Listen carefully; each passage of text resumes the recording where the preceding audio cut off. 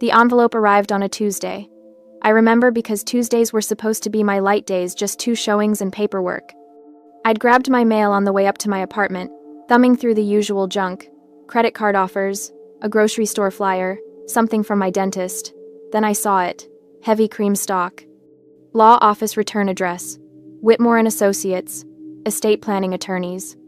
My heart kicked into overdrive. This was it. The trust fund. Grandma's trust fund.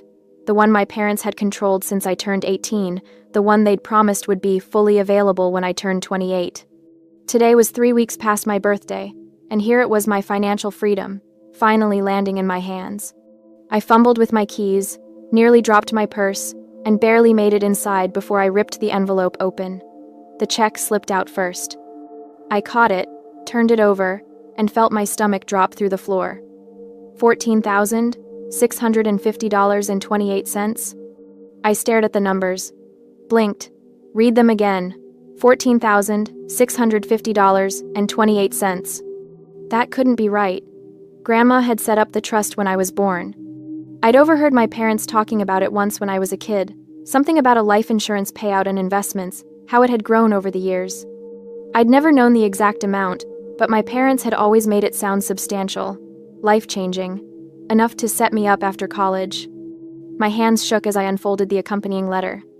Dear Miss Tate, per the terms of the Sarah Elizabeth Tate Memorial Trust, we are pleased to inform you that you have reached the age of majority distribution, 28 years.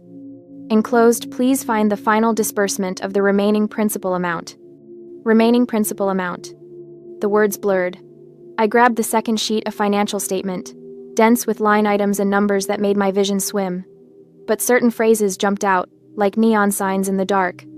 Administrative management fees, $8,450. Annual. Expense reimbursements, $12,300. Average annual. Trustee compensation, $15,000 annual. The dates ranged back 10 years. 10 years of fees. 10 years of reimbursements for expenses I'd never authorized, never even known about. Travel expenses. Educational consultation fees. Something called administrative overhead. I did the math in my head, my real estate brain automatically calculating. Rough estimate? They drained somewhere between $100,000 and $130,000 from my inheritance. Legally. Because they were the trustees, and I'd been too scared to question them. My phone buzzed.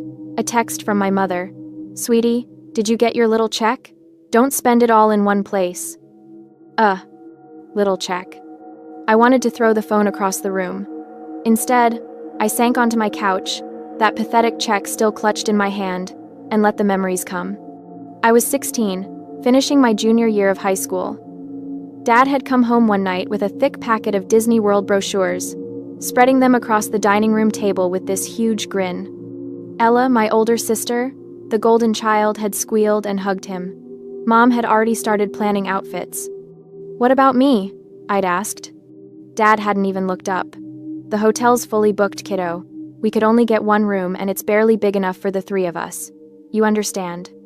I'd nodded. I always understood. They left me with Aunt Sarah for the week.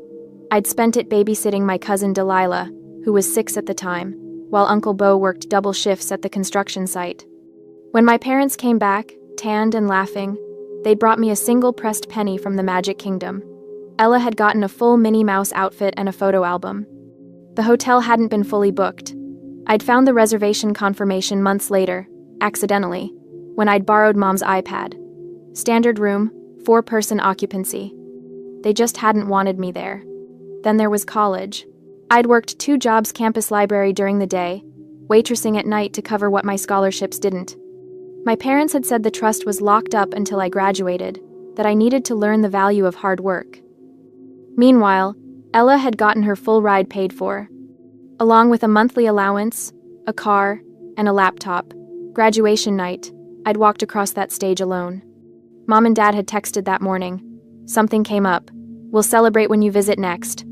Something came up. I'd found out later that they'd taken Ella to Paris, a sister trip to celebrate Ella's engagement. They'd raised glasses of champagne in front of the Eiffel Tower while I'd eaten frozen pizza in my dorm room, packing up 4 years of my life into boxes. The student loans had taken me 6 years to pay off. 6 years of living in a cramped studio, driving a car held together with prayer and duct tape, eating ramen more nights than I wanted to admit. I'd finished paying off the last one 8 months ago. I still remembered the feeling like I could finally breathe. And all that time, my parents had been draining my trust fund, billing it for their management services, taking what grandma had left for me, and turning it into their personal ATM. The worst part? I'd known something was wrong. Deep down, I'd known. But every time I'd tried to ask about the trust, Dad had shut me down. Once, when I was 22 and desperate, barely making rent, I'd called him. Asked if there was any way to access the funds early, just a small loan against my own money. His voice had gone cold. You want to know what happens to ungrateful children who question their parents, Sadie? I'm the trustee. That means I have the legal authority to petition the court to freeze those funds if I have concerns about your mental stability. You keep pushing me, and I'll have you declared incompetent. You won't see a dime until you're 50, if ever. I'd apologized. I'd apologized for asking about my own inheritance. After that, I'd learned to stay quiet, to smile and nod, to accept the crumbs they offered, and never, ever ask for more. But now his power was gone. The trust was dissolved. The check was in my hand, pathetic as it was, and he couldn't hold it over me anymore. My phone buzzed again. I glanced at the screen and felt my blood pressure spike. Facebook notification. It wasn't my parents, they had blocked me long ago to hide their spending. This was from a distant cousin, Marcy, who had uploaded a new album titled Family Reunion to her own timeline. I opened the app. The photo showed my entire family, Dad, Mom, and Ella, lounging on a pristine white beach, drinks in hand, brilliant turquoise water stretching behind them. The caption read, Cabo vibes with the Tate crew. Family vacation, living our best life. Cabo San Lucas, a 5-star resort, judging by the luxury loungers and the umbrella drinks. This week, right now, they'd left me behind. Again. Only this time, they'd used my money to do it. I stared at that photo until my eyes burned. Then I closed the app, deleted the notification, and sat in the silence of my apartment.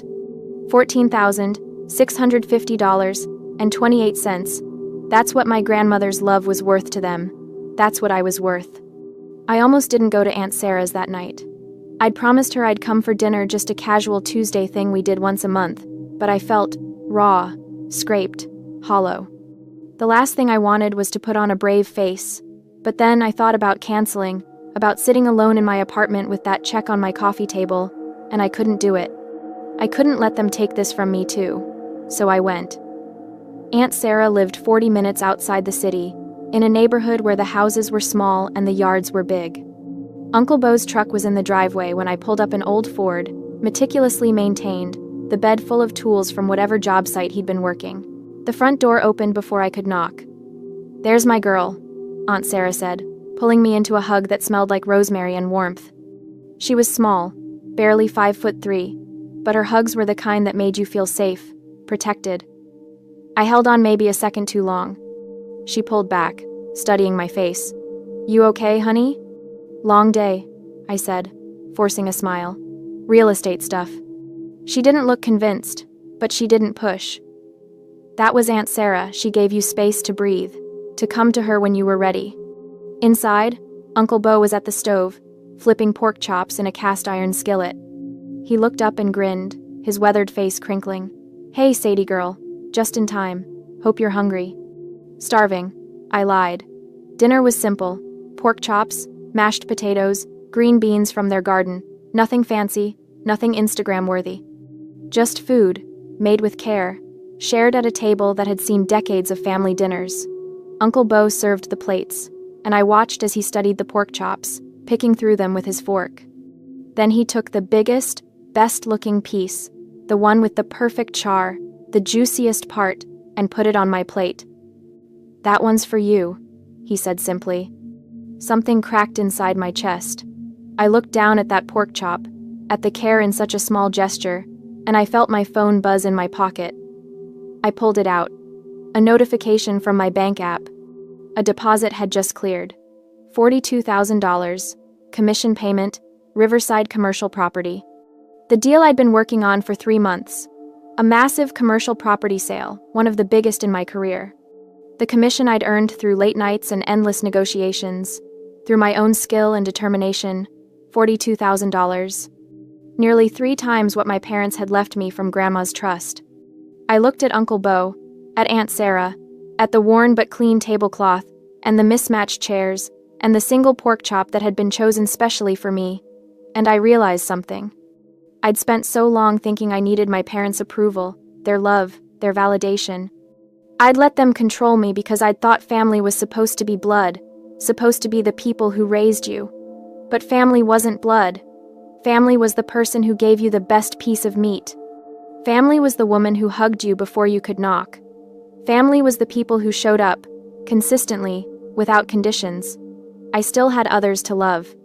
And for the first time in 12 years, I wasn't afraid anymore. The fragile peace I built lasted exactly 3 days before the phone rang, shattering the silence as I was leaving a property showing. Mom's name flashed on my screen, and I almost didn't answer.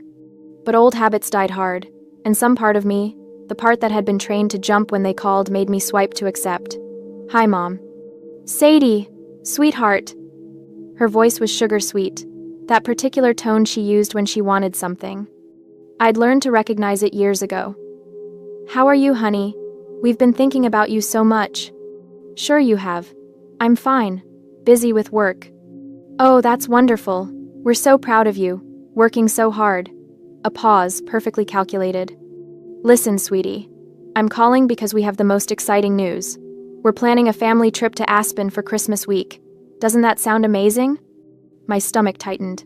"That's nice. We want you to come with us. All of us together. Me, your father, Ella, and little Jojo. It'll be magical. Snow, skiing, hot chocolate by the fire. Real family bonding time." Family bonding time. Right. Like Cabo, like Disney World, like Paris. "I don't know, Mom. I have work commitments." "Oh, but you have to come. Ella specifically asked for you. She said it wouldn't be Christmas without her little sister there." That was a lie. Ella had probably said something closer to, "Who's going to watch Jojo while I'm at the spa?" I waited. There was always a catch with Mom. Always. "The thing is," she continued, and there it was, the slight shift in her tone. "We're renting this gorgeous villa, and we need everyone to chip in for the cost.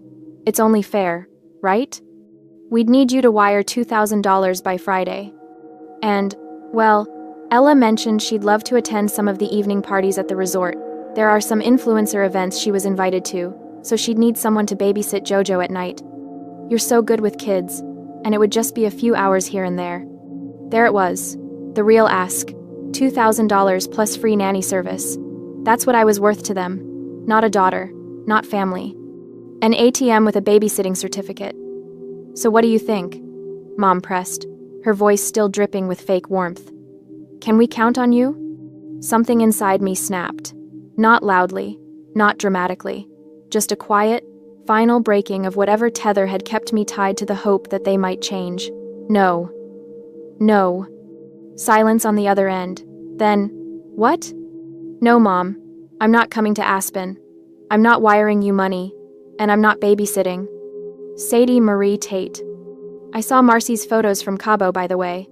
Looked like you had fun spending Grandma's trust fund on umbrella drinks." Her intake of breath was sharp. "How dare you? That money was used for legitimate administrative purposes." Management fees. Right. Funny how those fees paid for luxury vacations while I ate ramen and worked 2 jobs to pay off student loans. You ungrateful. I hung up. My hands were shaking, but not from fear, from adrenaline, from the rush of finally standing up for myself. The phone immediately started ringing again. "Mom." I declined the call. It rang again. Declined. A text came through. "Your father is going to hear about this disrespect."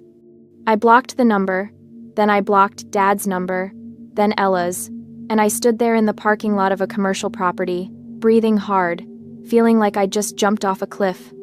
But I wasn't falling. I was flying. That night, I couldn't sleep.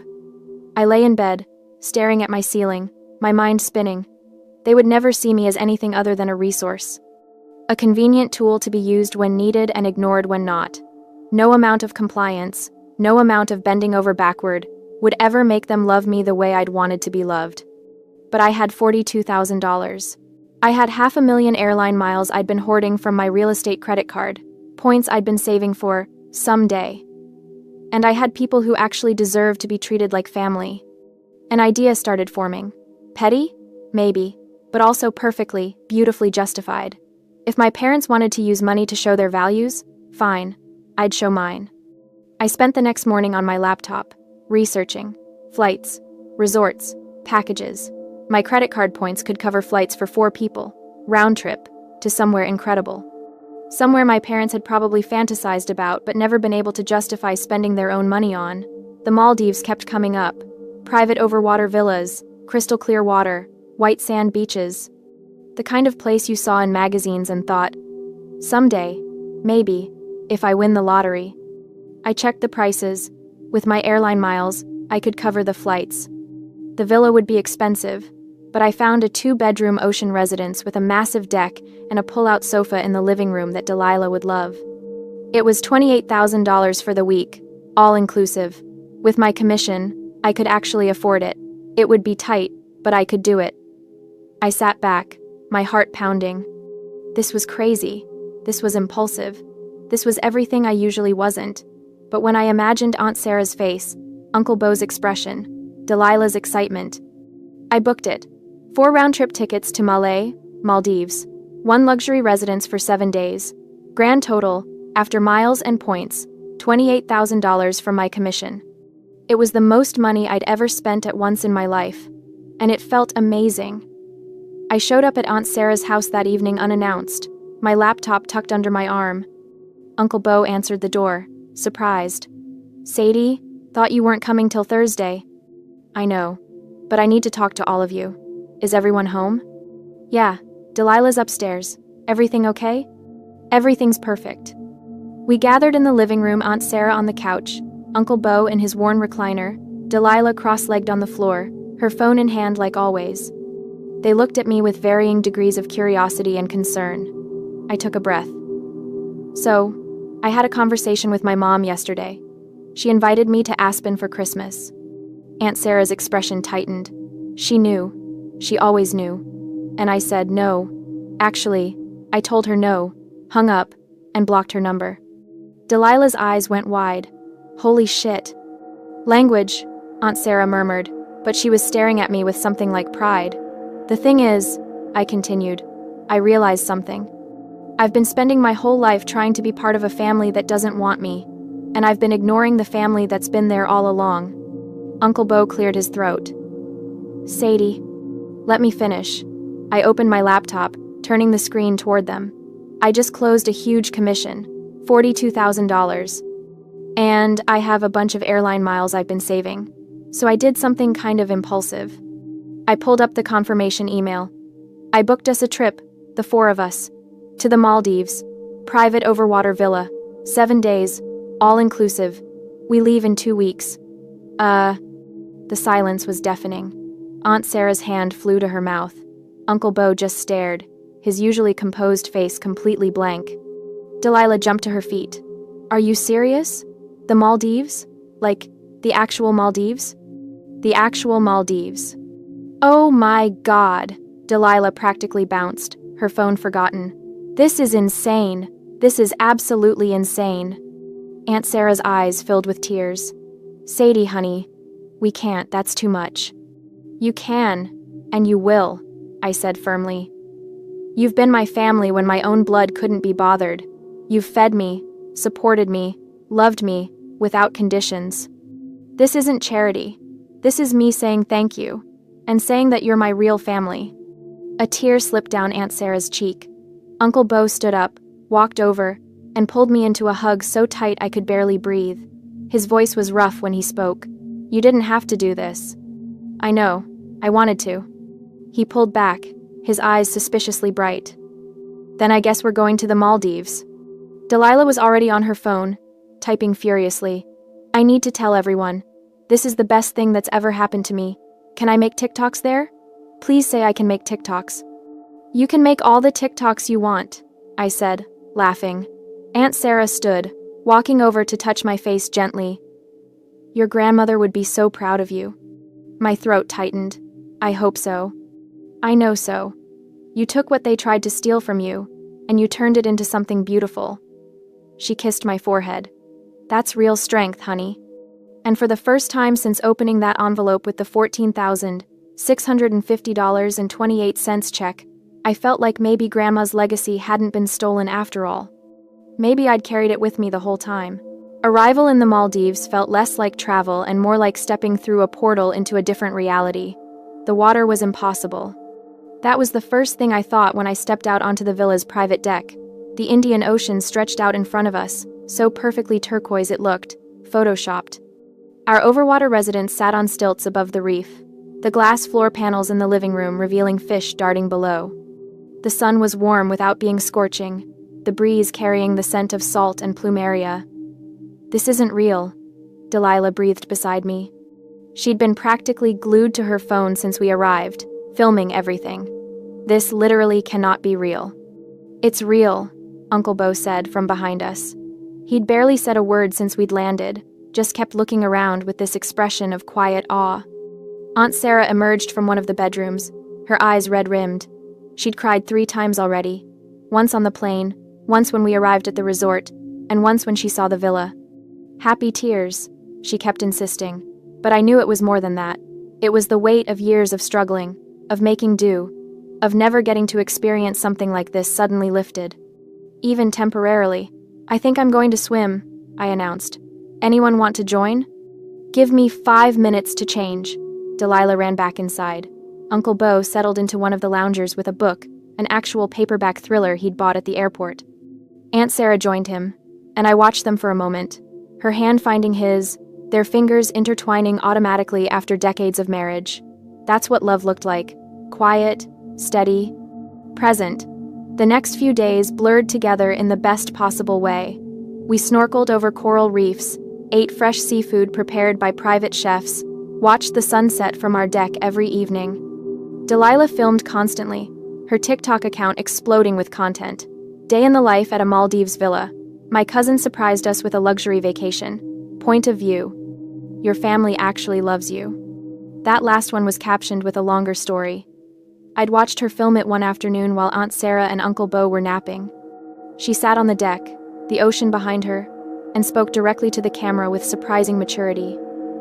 So, my cousin Sadie basically got screwed over by her parents and sister. They stole her inheritance, used her as a free babysitter, and treated her like garbage her whole life.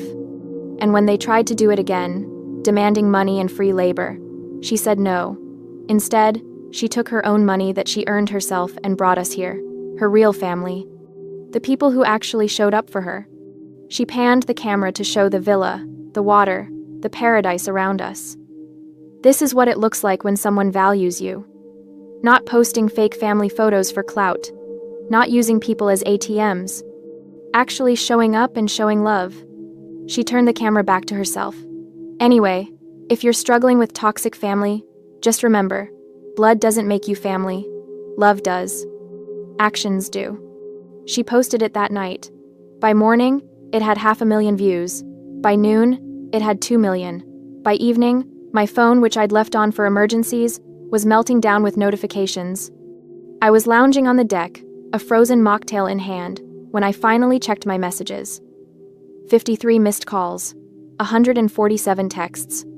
Most from numbers I didn't recognize, probably people who'd gotten my contact info from Ella's previous doxing attempts, which I'd forgotten to worry about in paradise. But some were from familiar contacts, old friends, former coworkers, people I hadn't talked to in years. Saw Delilah's video. Is it true? Oh my god, I always thought your family was weird. This explains so much. You're an inspiration. Seriously. I scrolled through them, my stomach twisting with a complicated mix of validation and anxiety. Then I saw the email. Subject: Contract termination, Ella Tate partnership. It was from Baby Bloom Brands, one of the major sponsors Ella had landed 6 months ago. She'd bragged about it constantly on her Instagram, some kind of partnership promoting organic baby products. I opened the email. It was sent to Ella, but she'd forwarded it to me with a string of obscenities and threats. Dear Miss Tate, After careful consideration and review of recent social media content involving you and your family, Baby Bloom Brands has decided to terminate our partnership agreement effective immediately. Our brand values center on authentic family connection and positive parenting, and we feel the current public perception is not aligned with our message. Per Section 7.3 of your contract, we are within rights to terminate without penalty due to reputation concerns. The rest was legal jargon, but the message was clear. Ella had been canceled. And she blamed me. Her forwarded email was unhinged. "You ruined me. Do you have any idea what you've done? That was $15,000 a month, Sadie. $15,000. I have a child to support. How could you be so selfish? How could you turn our family problems into content for your stupid cousin to exploit? You're going to pay for this. I will make sure everyone knows what a vindictive, ungrateful bitch you are." I read it twice, then deleted it. Then I ordered another mocktail and went back to watching the sunset. The video continued to explode. 4 million views. 5 million. News sites picked it up. Woman uses inheritance to treat real family after parents steal trust fund. The story was everywhere. Delilah was handling it like a pro, her follower count skyrocketing. She'd even started responding to comments with grace and humor. But Ella wasn't taking it well. On day 5 of our trip, Delilah came running onto the deck, her phone in hand, her face pale. "Sadie, you need to see this." She pulled up Ella's Instagram. My sister had posted a video, one of her usual overproduced things, shot in perfect lighting with her camera at the ideal angle. But the content was venomous. "I need to address something," Ella said, her voice quavering with fake emotion. "My sister Sadie has been spreading lies about our family online. She's manipulated the story to make herself look like a victim when, in reality, she's the one who's been ungrateful and cruel." She held up her phone, playing what sounded like old voicemails, but they'd been edited, cut, and spliced to make me sound horrible. "I don't owe you anything," my voice said, except I'd actually said, "I don't owe you anything more than I've already given," in response to her demanding I buy her a new car. "Maybe if you weren't so selfish." Another clip played taken from a conversation where I'd said, "Maybe if you weren't so selfish, you'd realize Mom and Dad treat us differently," but now it sounded like I was just calling her selfish, unprompted. The video went on, painting me as a vindictive, jealous sister who'd stolen from the family and was now flaunting wealth while Ella struggled as a single mother. The comments were a mix of support and vitriol. Her loyal followers, the ones who'd stuck around, were eating it up. Team Ella started trending. But worse than the video itself was the caption.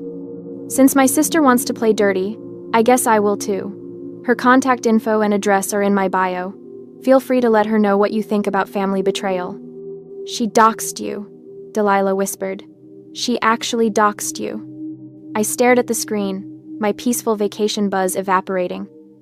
My phone started ringing immediately. Unknown numbers. I declined them. Text messages poured in. Too many to read, most of them hostile. "You're a disgrace. Hope you choke on your fancy vacation.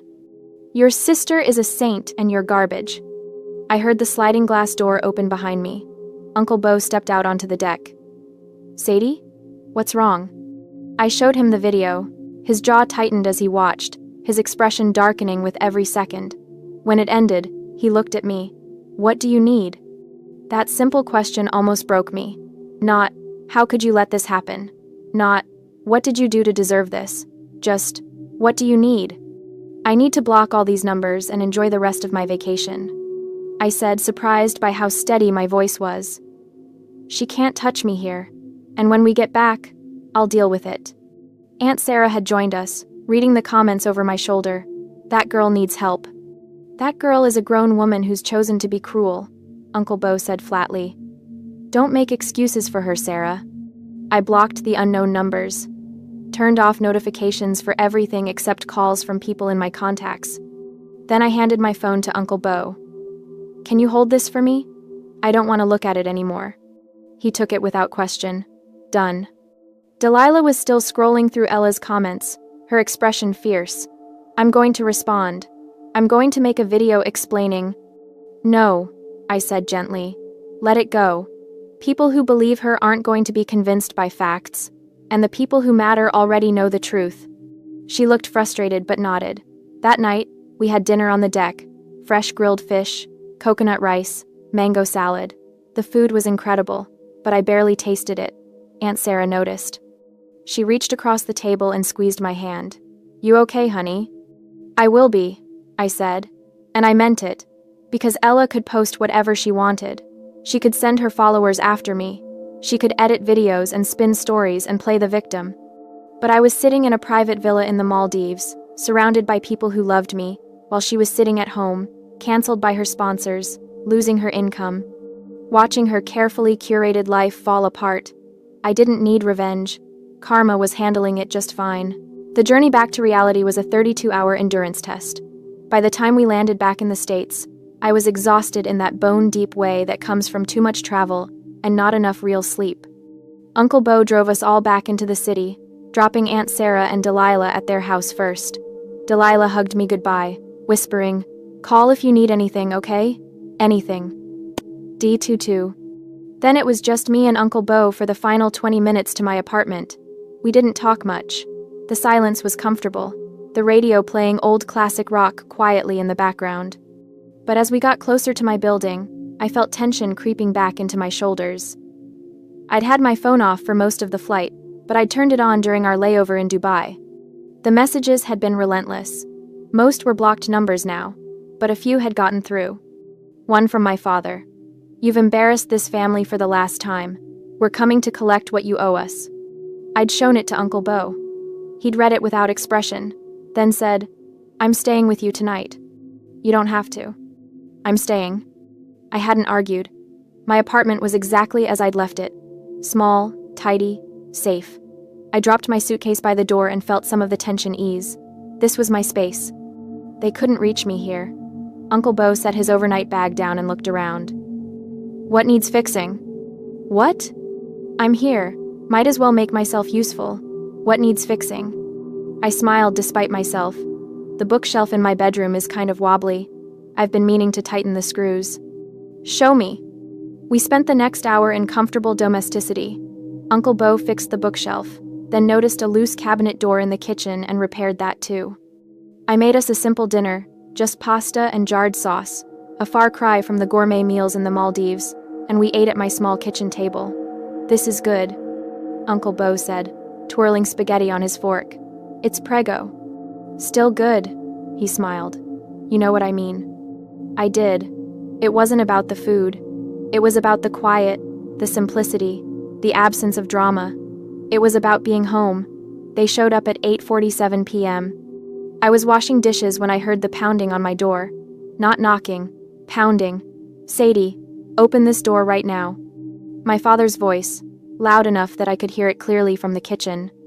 Uncle Bo was on his feet instantly, moving toward the door, but I grabbed his arm. "Don't," I said quietly.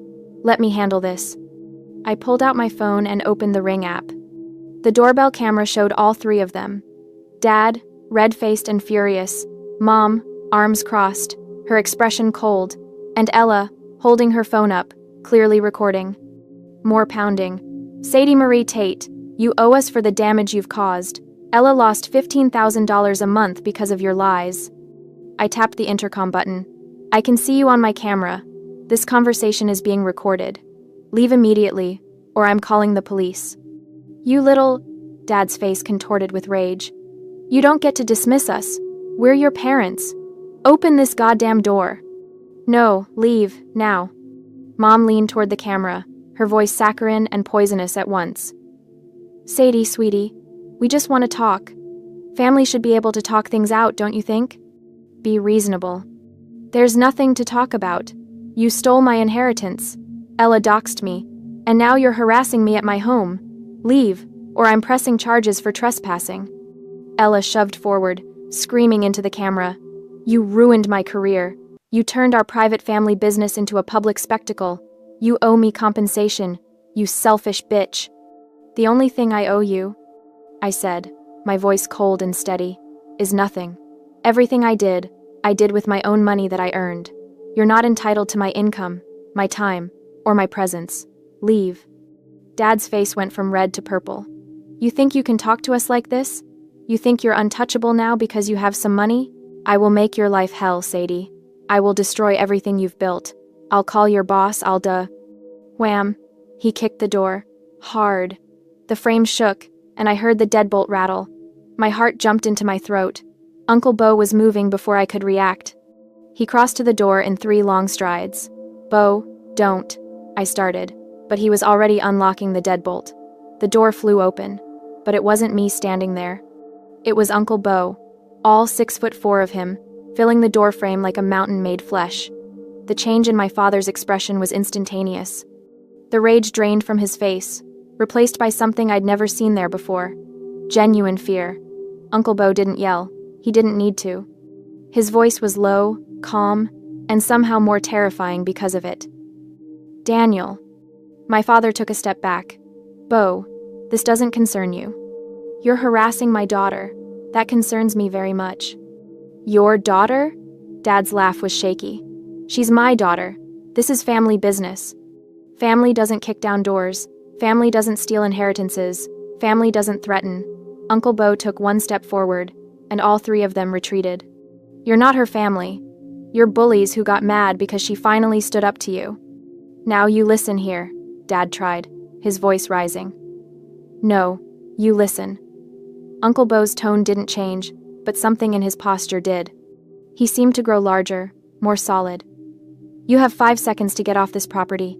If you're still here after that, I'm going to break the leg you used to kick that door. Are we clear? The silence was absolute. Mom grabbed Dad's arm. Daniel, let's go. This isn't worth it. But Ella, foolish and furious, stepped forward with her phone. You just threatened assault. I got it on video. We can sue you for...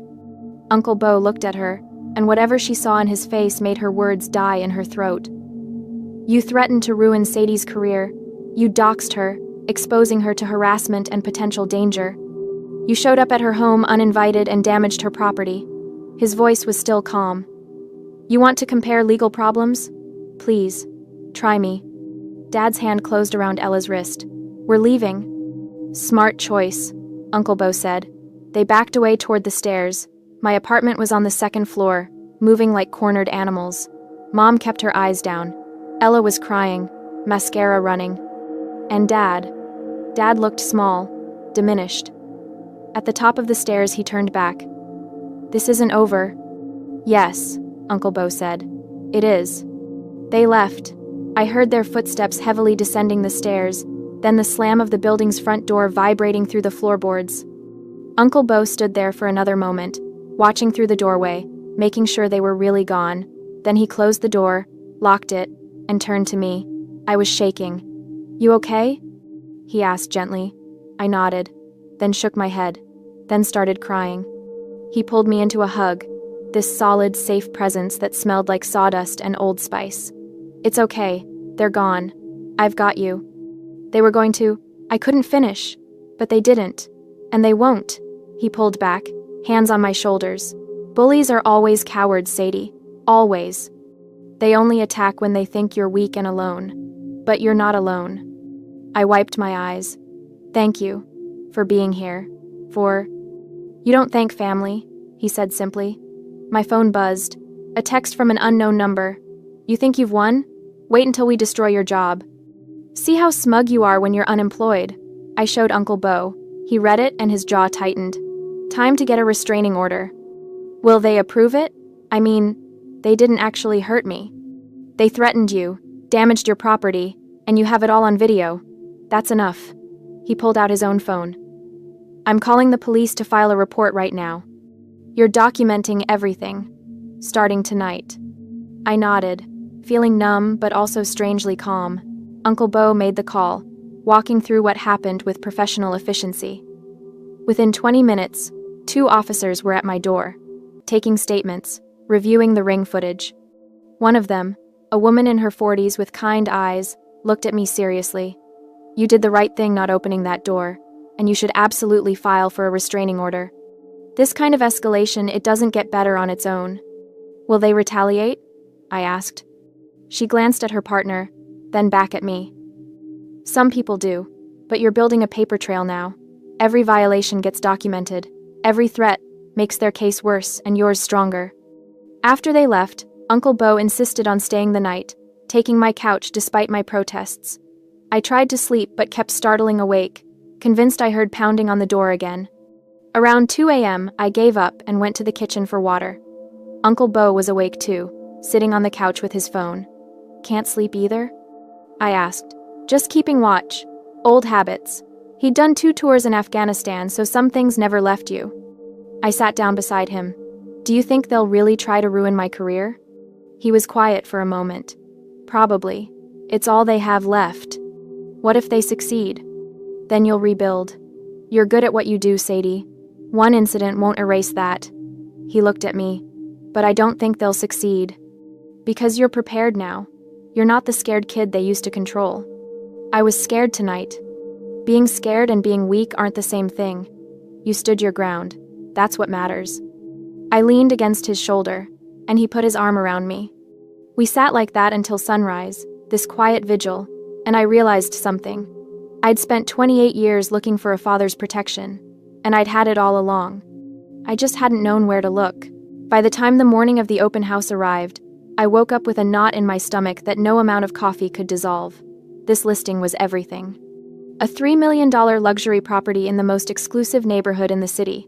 Modern construction with floor-to-ceiling windows and smart home technology throughout. I'd worked for 3 months to get this listing, beating out agents with twice my experience. It was supposed to be my breakout moment. The sale that would establish me as a serious player in luxury real estate.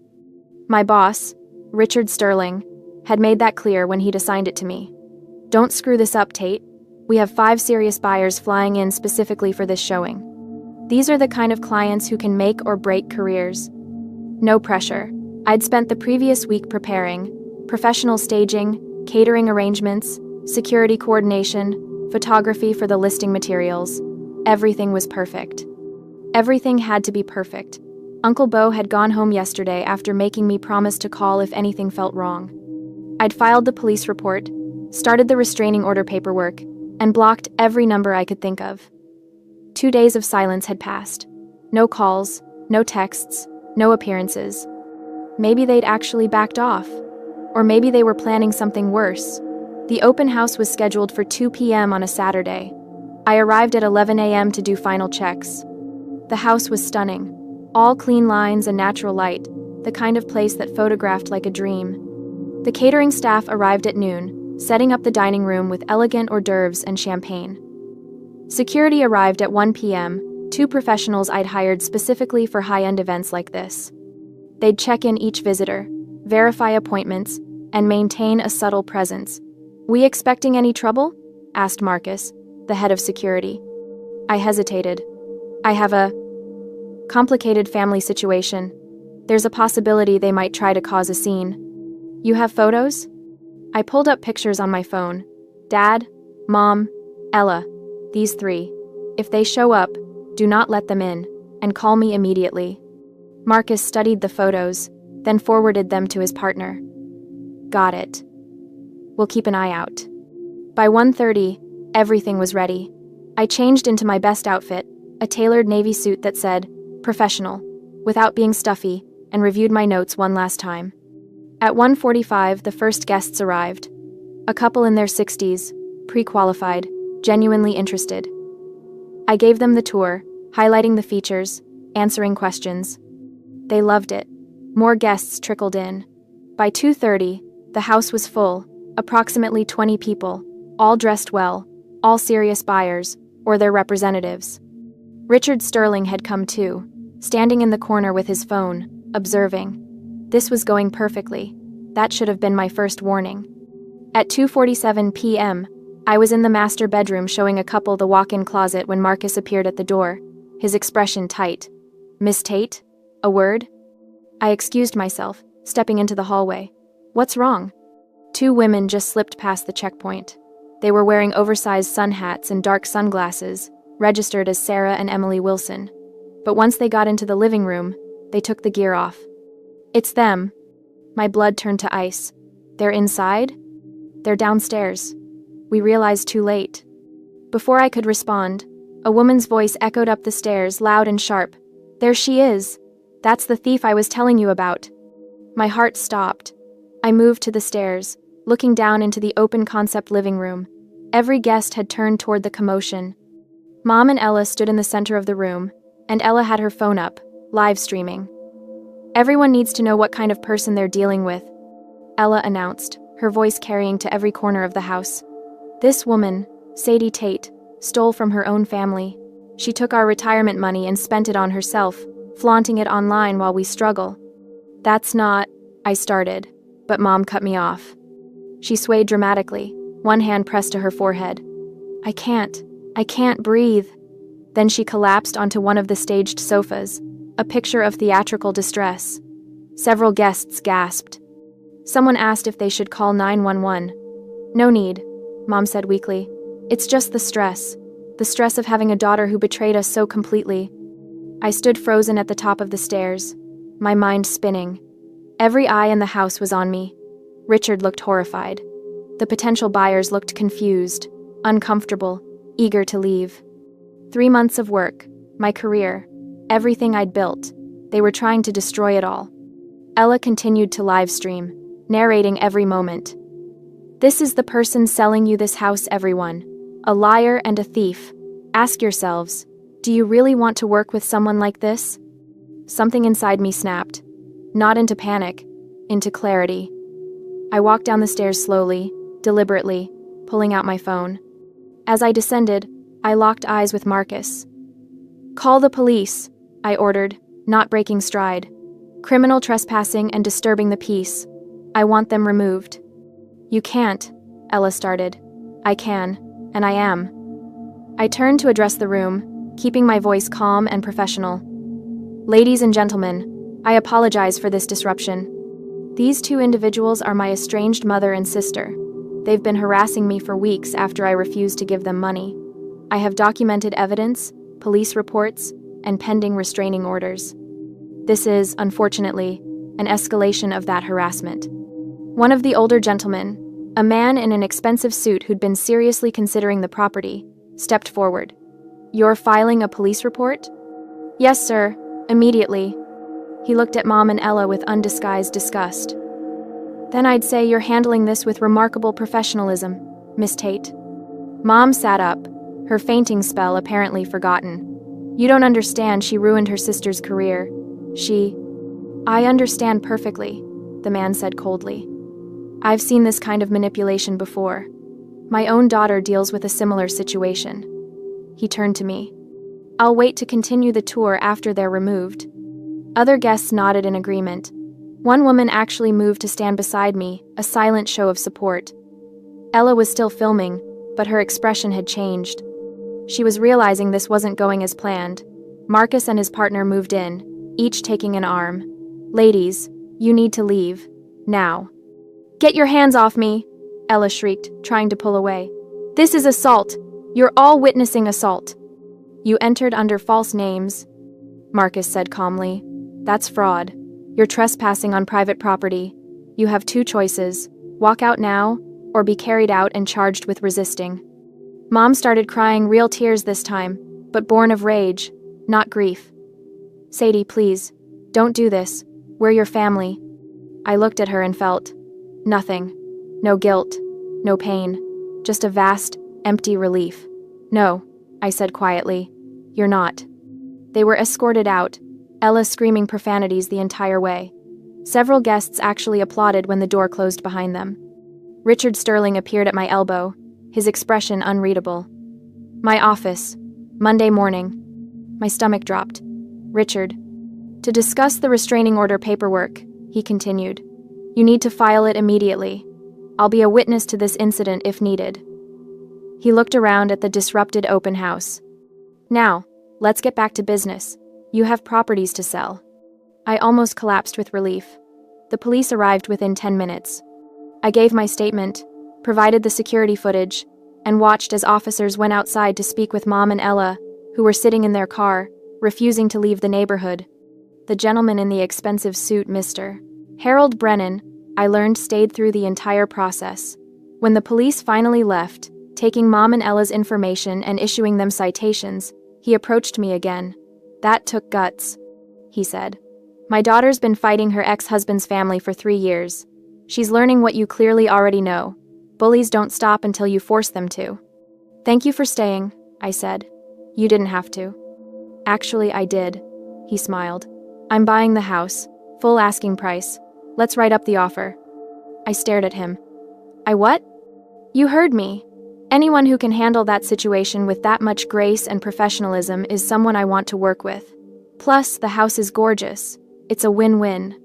By the time the open house officially ended at 5 p.m., I had 3 offers, 1 at asking price, 2 above it. Richard pulled me aside as I was packing up. You did good, Tate. Really good. Really. Even with the scene? Especially with the scene. You kept your cool, protected the clients, and handled it by the book. He paused. Get that restraining order. Document everything. And if they try this again, you call me immediately. We take care of our agents here. I nodded, not trusting my voice. As I drove home that evening, my phone rang. Uncle Bo. How'd it go? He asked. They showed up, caused a scene, got arrested for trespassing. Silence. Then, you okay? I'm okay. Actually, I'm better than okay. I sold the house. Course you did. You're a Tate. I smiled. No, I'm a Miller. His laugh was warm and rich. Damn right you are.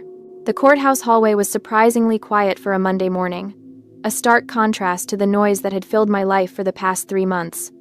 I sat on the wooden bench, sandwiched between Aunt Sarah and Uncle Bo, a thick folder of evidence resting on my lap like a shield. Inside that folder lay the wreckage of my biological family's choices, the ring footage of a father kicking a door, police reports of a mother feigning illness, and screenshots of a sister's digital cruelty. My lawyer, Patricia Whitmore, had called it airtight, but my heart still hammered a nervous rhythm against my ribs. When the hearing room doors finally opened, the process was clinically efficient. Judge Reynolds reviewed the footage with a furrowed brow. He watched my father's violence and my sister's screaming fit at the open house, his expression hardening into disapproval. This is clear harassment, he ruled, his voice echoing in the high-ceilinged room. Temporary restraining order granted. The respondents are prohibited from contacting you, directly or indirectly. Any violation results in immediate arrest. The scratch of his pen on the order sounded louder than a shout. It was the sound of a heavy chain finally snapping. As we walked out into the crisp afternoon air, I didn't feel triumphant, I just felt light. A week later, I was packing. My lease was up, and I was moving to a condo with a doorman, a physical barrier to match my legal one. While clearing out the back of my closet, my hand brushed against a dusty box shoved deep under the bed. I pulled it out, coughing slightly in the stale air. I knew what was inside before I lifted the lid, but seeing them still made my chest ache. A Bulova watch, nestled in velvet, a Coach handbag, leather still smelling new, tags attached. I had bought them 5 years ago, expensive peace offerings for parents who only spoke the language of materialism. I had spent money I didn't have, hoping these luxury tokens would buy me a seat at their table. But I had never given them. Some deep, self-protective instinct had warned me that it wouldn't matter. They would take the gifts, offer a distracted thank you, and nothing would change. For a long moment, I held the watch, tracing the cold glass face. It represented time I could never get back. I ran my fingers over the Coach bag, feeling the weight of the baggage I was finally ready to drop. I didn't put them in the moving truck. Instead, I drove to a local women's shelter. When I handed the box to the coordinator, she gasped. "These will help someone look professional for a job interview," she said. "Someone starting over." "That's exactly what they're for," I smiled. Transforming a symbol of rejection into a tool for someone else's freedom felt like the final step of my own exorcism. Christmas came 3 weeks later, wrapping Aunt Sarah's small house in the smell of glazed ham and pine needles. There was no tension, no walking on eggshells, no performative perfection. Just a crooked tree decorated with Delilah's childhood crafts and the sound of genuine laughter. After dinner, as the snow began to fall outside, Uncle Bo signaled for me to follow him into the garage. It was his sanctuary, smelling of sawdust and oil. He leaned against his workbench and handed me a large manila envelope. "What's this?" I asked, sensing the gravity in the air. "Open it." My fingers trembled as I slid the papers out. Petition for adult adoption. I stared at the words, the legal jargon swimming before my eyes. "You don't need to carry the name of people who don't deserve you?" Bo said, his voice rough with an emotion he rarely showed. "Sarah and I talked about it. We want to make it official. You're our daughter, Sadie, in every way that matters." The tears came then, hot and fast. I looked up at this man, this mountain of a man who had stood between me and my father's rage, who had saved the best pork chop for me, who had shown up when it counted. "Is that a yes?" he asked gently. "Yes," I choked out. 1,000 times yes. We signed the papers at the kitchen table, the scratching of the pen far sweeter than the judge's signature had been. Aunt Sarah cried openly, and Delilah cheered, hugging me so hard I thought my ribs might crack. Sadie Marie Miller. Later that night, driving home to my new condo, I stopped at a red light and looked at my reflection in the rearview mirror. I looked the same, but everything had changed. I had started this journey with a check for $14,650.28 and a soul hollowed out by betrayal.